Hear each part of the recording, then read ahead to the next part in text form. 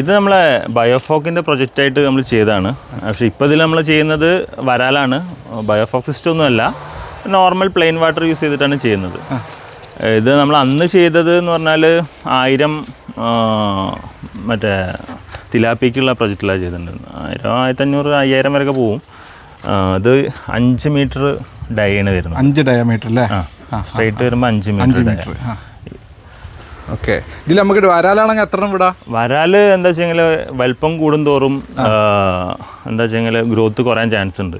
അപ്പോൾ എപ്പോഴും ഒന്നില്ലെങ്കിൽ വലുതാവും തോറും അതിനെ മാറ്റുക, അല്ലെങ്കിൽ ലിമിറ്റഡ് ആക്കി കുറച്ച് വയ്ക്കുകയാണ് നല്ലത്. വരാലിന് എന്താ വെച്ചാൽ മെയിൻ്റെനൻസ് ഒന്നുമില്ല. ഇതിപ്പോൾ ലൈറ്റ് അടിച്ചിട്ട് ആൽഗെ ഫോം ചെയ്തതാണ്. അതാണ് ഇപ്പോൾ ഈ ഗ്രീൻ കളർ വരുന്നത്. എത്ര പീസ് ഉണ്ട്? എത്ര വരാലുണ്ട്? ഇതിലൊരു 500 പീസ് ഇപ്പോൾ കാണണം. ഇത് വലുതാകുമ്പോൾ നമ്മൾ മാറ്റും. അതിൻ്റെ ഇനീഷ്യലായിട്ട് ആ ഗ്രോത്തിലേക്ക് കൊണ്ടുവരാൻ വേണ്ടി ചെയ്തതാണ്. വലുതായി കഴിഞ്ഞാൽ ഓപ്പൺ ബോണ്ടിലേക്ക് മാറ്റും. ഇതിപ്പോൾ നമുക്ക് ഈ ഒരു 5 ഡയാൻ്റെ ഒരു ടാങ്ക് ഇതുപോലെ നിർമ്മിക്കാൻ ഏകദേശം എത്ര? ഇത് ഏറ്റവും ചീപ്പ്, കോസ്റ്റ് ഏറ്റവും കുറച്ചിട്ടാണ് ചെയ്തിട്ടുള്ളത്. കോസ്റ്റ് എഫക്റ്റീവായിട്ടാണ് ചെയ്തിട്ടുള്ളത്. ഇതിപ്പോൾ ഒരു 10,000, 25,000, 30,000 രൂപ ചെയ്യാൻ പറ്റും. ചെയ്യും. ഈ നെറ്റ് അടക്കം ചെയ്യാൻ പറ്റില്ലേ? അത് നമുക്ക് സബ്സിഡി ഉണ്ടോ? അതാ സബ്സിഡിയിലാണ് നമ്മളിത് ചെയ്തിട്ടുള്ളത്. ശരിക്കും അന്ന് 1,60,000 രൂപയുടെ ഒരു പ്രൊജക്റ്റ് ആയിരുന്നത്, ഇൻക്ലൂഡിങ് ഫിഷ്, ഇത് സീഡ്, പിന്നെ തീറ്റ ചെലവ് ഒക്കെ കൂടി അങ്ങനെ ഒരു പ്രൊജക്റ്റാണ് തന്നിട്ടുണ്ടായിരുന്നുള്ളൂ. അപ്പോൾ ഇപ്പോൾ പ്രൊജക്റ്റ് കഴിഞ്ഞിട്ടുണ്ട്. ഇപ്പോൾ അഡീഷണൽ ഇപ്പോൾ പുതിയതായിട്ട് ഒരു സീഡ് തന്നിട്ടുണ്ട് നമുക്ക്.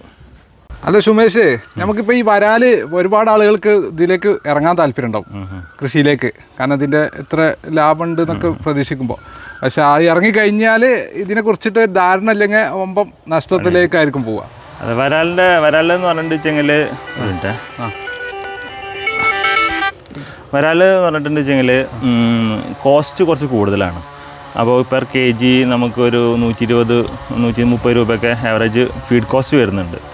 അപ്പോൾ ഇതിന് ഏറ്റവും ഗ്രോത്ത് കിട്ടുന്നതെന്ന് പറഞ്ഞിട്ടുണ്ടെങ്കിൽ നാച്ചുറലായിട്ടുള്ള പോണ്ടിലാണ്. അപ്പോൾ നാച്ചുറൽ പോണ്ടിൽ നമ്മൾ ഈ സീഡ്, ഇത് തന്നെ വിയറ്റ്നാം വരാൽ എന്ന് പറഞ്ഞിട്ട് വിയറ്റ്നാം സ്നേക്ക് ഹെഡ് എന്ന് പറഞ്ഞിട്ടുള്ള ഹൈബ്രിഡ് സീഡ്സാണ്. ഇങ്ങനത്തെ സീഡ്സ് നമ്മൾ നാച്ചുറൽ പോണ്ടിൽ ചെയ്തിട്ടുണ്ടെങ്കിൽ നമുക്ക് നല്ല ഗ്രോത്ത് കിട്ടും. അത് പ്രോഫിറ്റബിൾ ആക്കാൻ പറ്റും. അപ്പോൾ അഡീഷണലായിട്ട് നമുക്ക് ഫീഡും സപ്പോർട്ട് കൊടുക്കാം. പിന്നെ നാച്ചുറലായിട്ട് അവർക്ക് ഗ്രോത്തിനുള്ളത് അവർക്ക് കിട്ടും ചെയ്യും. പിന്നെ ഇങ്ങനത്തെ സീഡ് എന്ന് പറഞ്ഞാൽ പക്ക ട്രെയിൻഡ് സീഡ്സാണ്. അതായത് നോർമൽ വരാലെന്ന് പറഞ്ഞാൽ ഒരുപാട് കനാബോലിസ് എന്ന് പറയും, അങ്ങോട്ടും ഇങ്ങോട്ടും അറ്റാക്ക് ചെയ്തിട്ട് ഒരുപാട് എണ്ണം ചത്തുപോകും, തിന്നിട്ടൊക്കെ പോകും.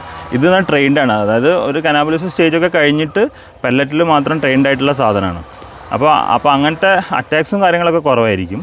ഈ ഒരു സാധനത്തിന് നമ്മൾ പ്രോപ്പറായിട്ട് സപ്പോർട്ട് ചെയ്തിട്ട് നാച്ചുറൽ പോണ്ടിലേക്ക് കിട്ടിക്കഴിഞ്ഞാൽ പ്രോഫിറ്റബിൾ ആയിരുന്നു, കൺഫേം ആണ്. പക്ഷേ പടുതയിൽ ചെയ്യുമ്പോൾ എപ്പോഴും ക്വാണ്ടിറ്റി കുറച്ച് ചെയ്യാം.